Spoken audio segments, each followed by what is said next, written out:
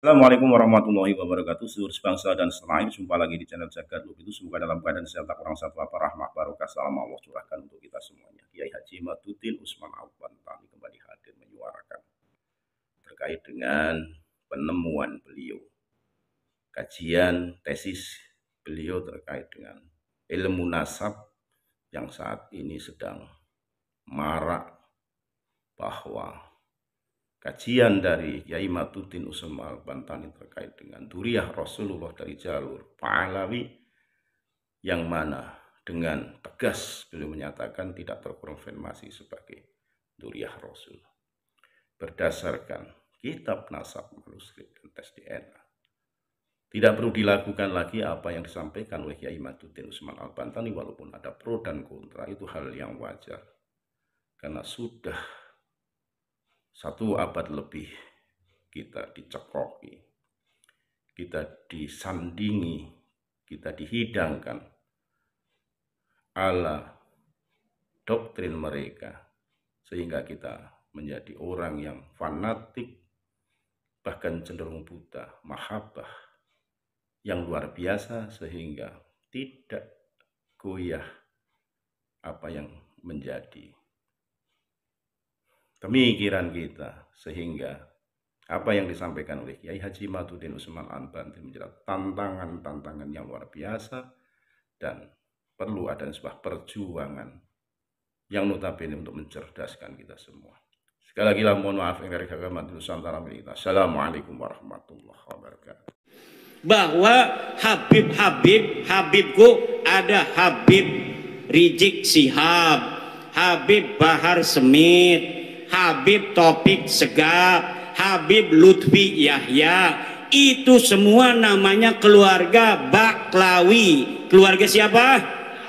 Saya sudah teliti seteliti-telitinya berdasarkan kitab-kitab nasab, kitab-kitab sejarah, hasil tes DNA, bahwa mereka dengan pasti mustahil sebagai keturunan baginda Nabi besar Muhammad sallallahu alaihi wasallam.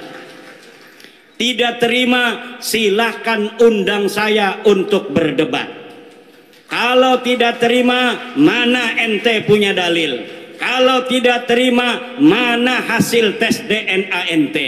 Saya sudah tahu hasil tes DNA dari Habib-Habib ini. 180 orang di Yaman sudah tes DNA dan hasilnya haplogrupnya G. Sedangkan keturunan Nabi Muhammad semuanya di Arab Saudi, di Yordan, di Maroko, haplogrupnya J1. Kalau ada orang yang mengaku keturunan baginda Nabi besar Muhammad hari ini dari jalur laki-laki semua sampai baginda Nabi sampai Sayyidina Husain, maka haplogrupnya harus J1. Sedangkan keluarga Habib Rizik, keluarga Habib Bahar, keluarga Habib Taufik Segaf, keluarga Habib Lutfi bin Yahya, semuanya sudah tes DNA dan bukan keturunan baginda Nabi besar Muhammad sallallahu alaihi wasallam.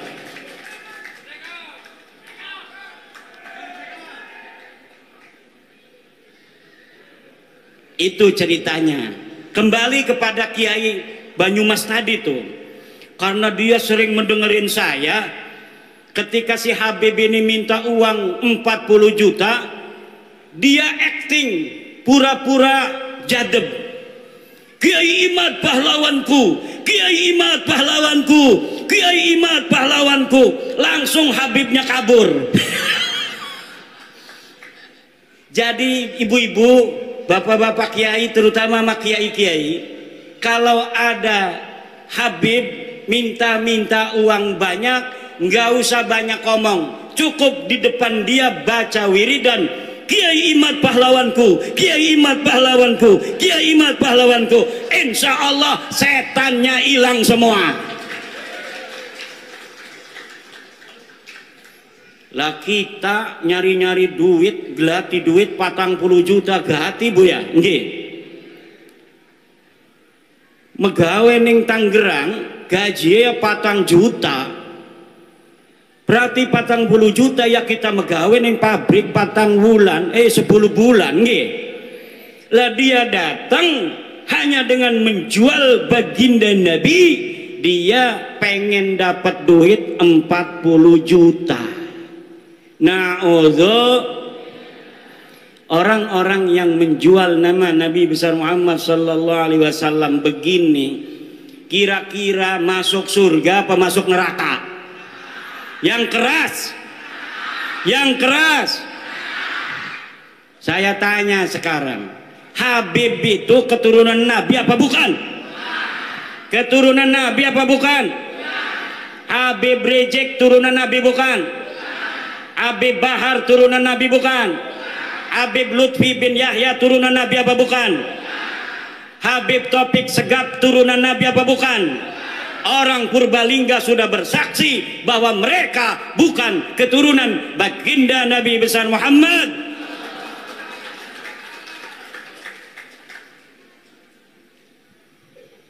Ibunda Khadijah Al-Kubra akan tersenyum kepada orang-orang Purbalingga. Sayyidatuna Fatimah Az-Zahra akan berbahagia kepada orang Purbalingga.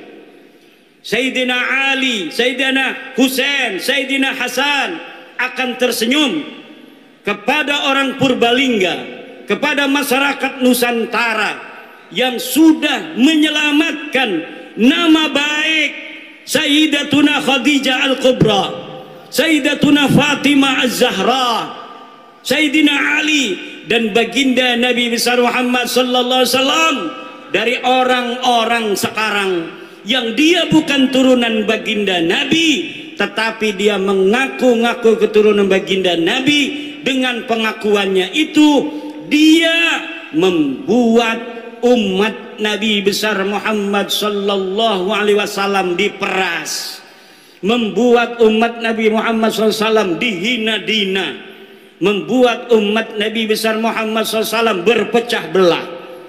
Orang-orang semacam ini dari sisi ilmu nasab bukan turunan Nabi, dari sisi ilmu sejarah bukan turunan Nabi, dari tes DNA bukan turunan Nabi, dari akhlak ba'id, jauh dari keturunan Nabi.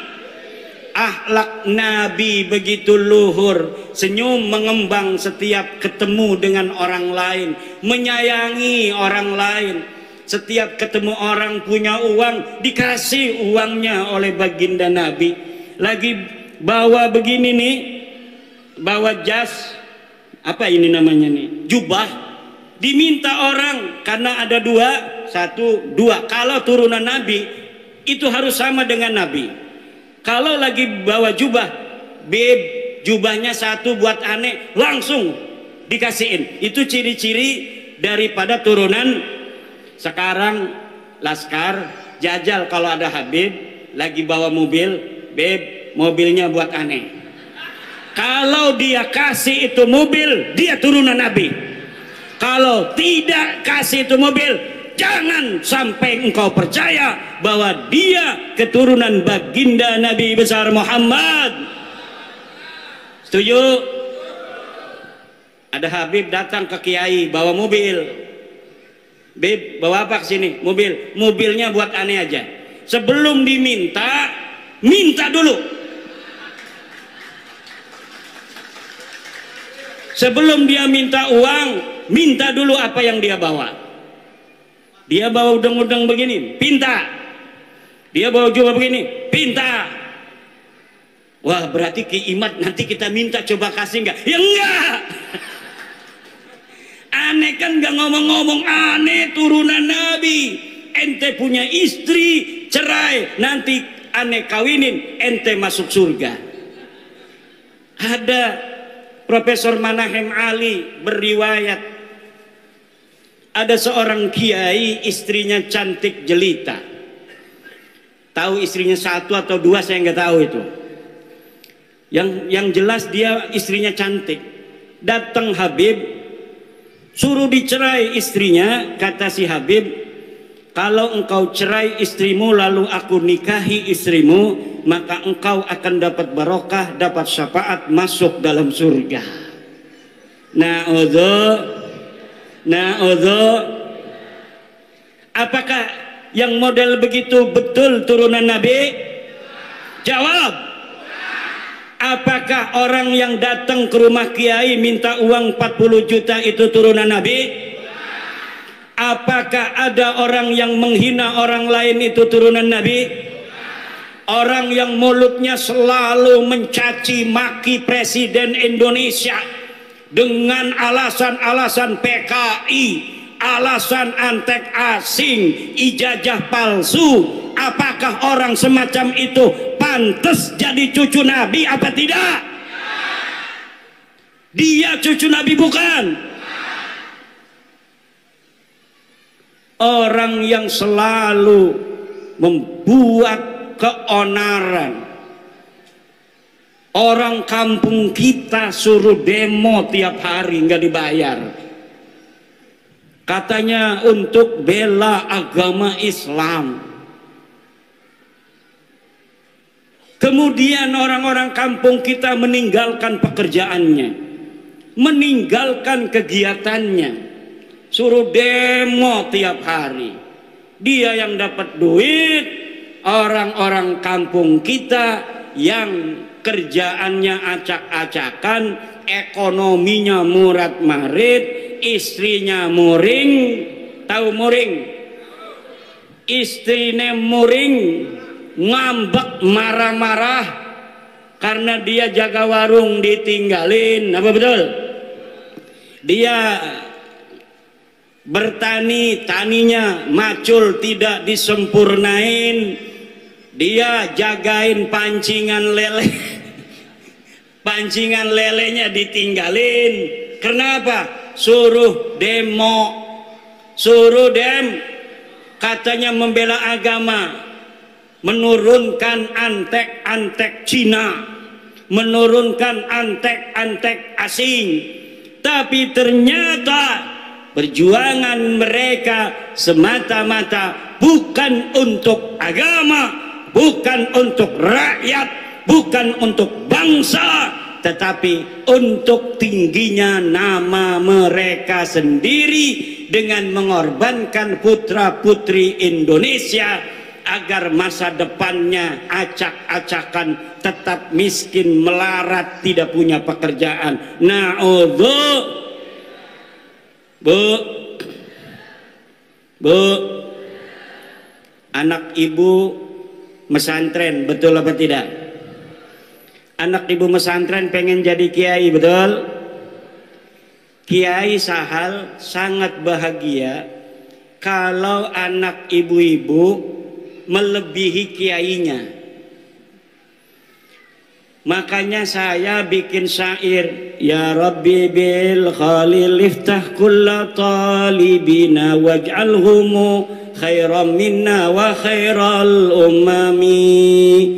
Ya Rabbi bil khalil iftah kulla talibina waj'alhum khairan minna wa khairal. Ya Rabbi bil khalil, ya Tuhan dengan barakah Syekh Khalil Bangkalan, iftah kulla talibina, beri futuh santri-santri kami, waj'alhumu, jadikan mereka khairan minna, lebih baik daripada aku, wa khairal umami, dan sebaik-baiknya umat. Seorang kiai akan bahagia kalau muridnya lebih pinter daripada dirinya, betul? Kalau gurunya hafal Quran cuma 2 juz kayak saya, itu juga dulu.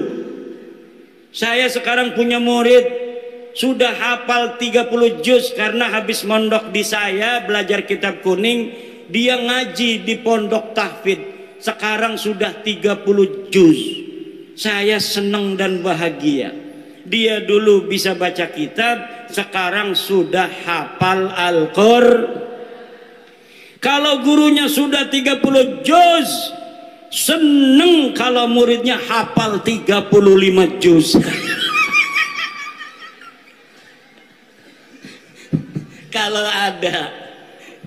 Kalau ada lebih dari 30 juz itu seneng mungkin gurunya.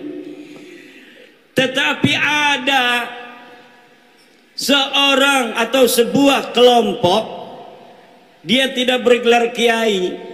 Kalau kiai, muridnya jadi kiai seneng, betul? Tapi ada Habib punya murid namanya Mukibin. Ini Mukibin tiba-tiba pas udah 2 tahun dia pakai Al-Habib. Wong Banyumas, gua Al-Habib.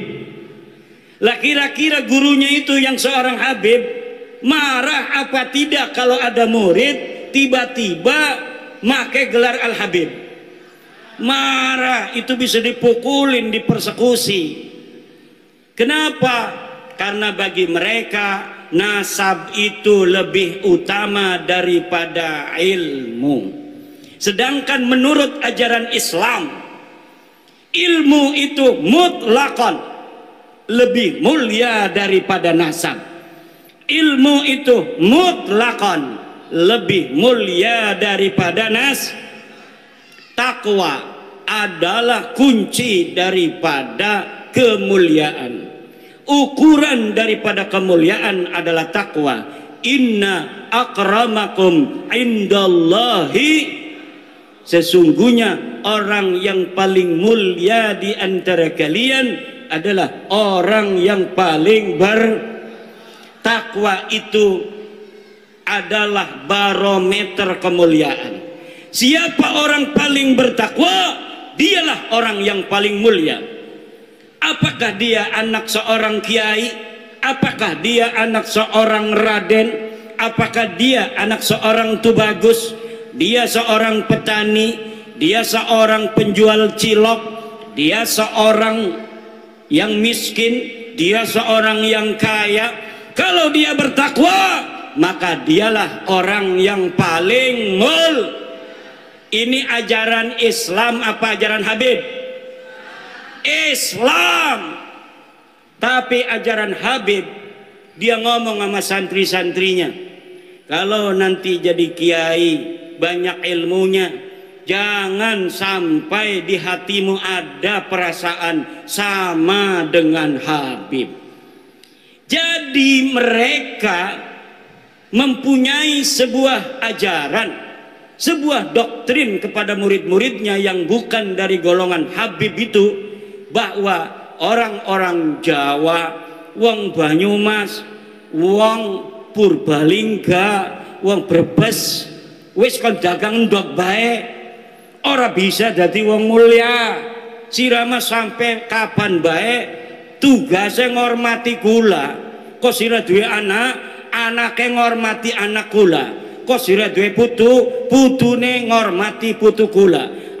Anak kira duwe buyut, buyute ngormati buyut kula. Sampai kiamat tugasnya sira jadi hamba sahaya.